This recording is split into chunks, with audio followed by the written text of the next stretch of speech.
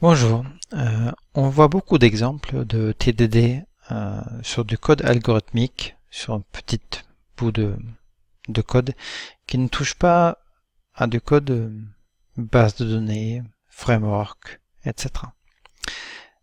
Si vous pensez que c'est difficile de faire des TDD, Test Driven Development, dans ce contexte-là, je vous incite à regarder un peu plus long. Alors, j'ai pour ici une petite application qui va servir sous forme REST des données qui proviennent des événements sur un RabbitMQ. Ces événements-là sont stockés dans une base de données Mongo et ils sont restitués à travers l'interface web, l'interface REST. Alors ça c'est le futur parce que nous allons le construire ensemble en TDD. Donc en pur TDD, j'ai un projet vide avec juste un test. Donc commençons par écrire un premier test. Donc je vais dire que ça c'est l'application que je teste.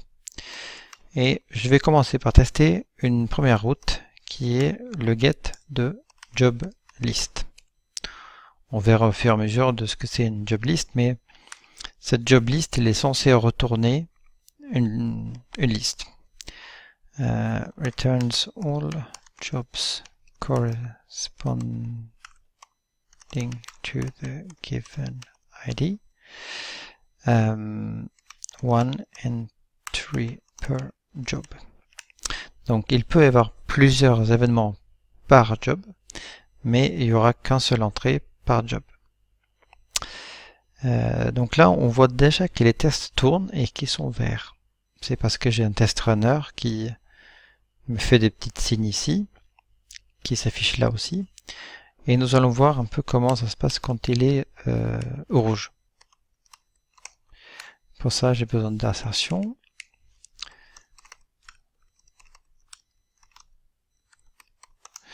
Et donc ça, c'est pas vrai. Donc du coup, j'ai un message ici, expected false to be true. J'ai un petit cycle vert rouge là. Et j'ai une erreur, message d'erreur un peu plus long ici. Alors, faisons du vrai code un peu.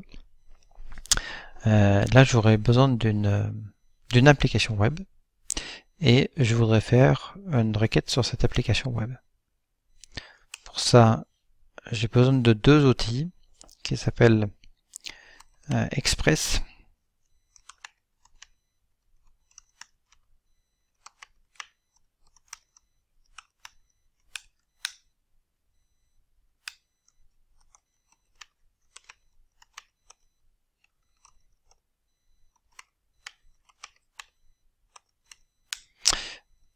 Donc, celui-ci, c'est un outil de test. Celui-ci est le framework sur lequel l'application finale va se construire.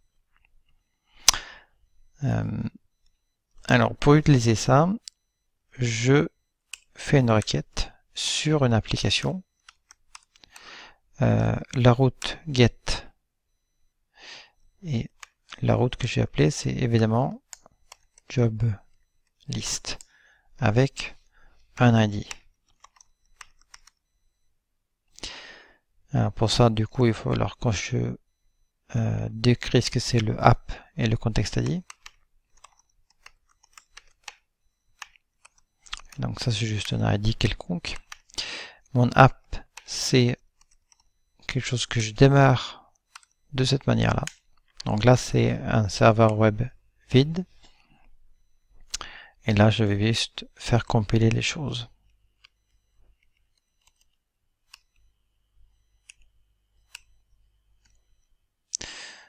Maintenant, ça compile et là, il faudrait ajouter une assertion pour que justement ce soit rouge afin que je puisse ajouter du code.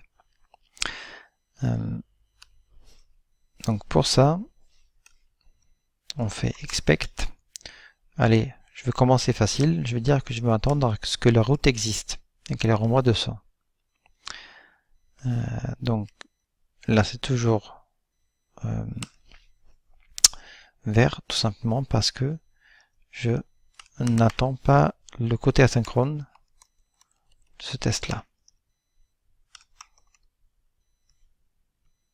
Voilà. Maintenant, on voit que j'ai un message d'erreur qui est que la route n'existe pas.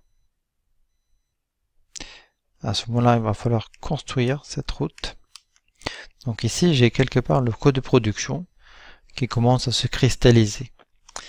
Donc pour créer une route job list, je fais de cette manière-là. Donc là, j'ai toujours pas de route, on voit toujours que c'est 404. Mais si je commence à faire un callback ici,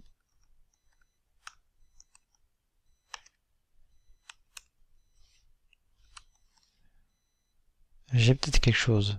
Non, toujours pas. Toujours pas parce que il va falloir avoir un ID ici, sinon il ne matche pas.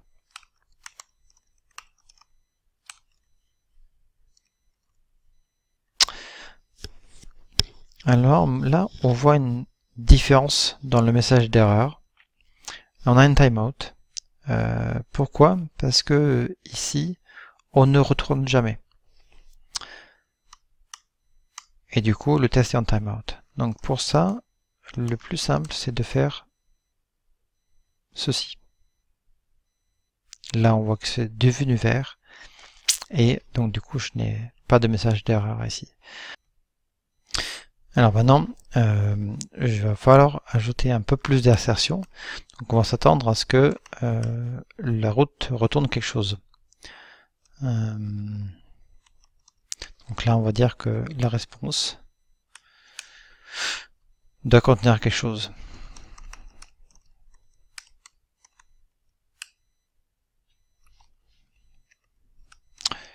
Donc on va être égal à une liste. Et là, il me dit non, ce n'est pas le cas. Il va falloir que tu fasses mieux.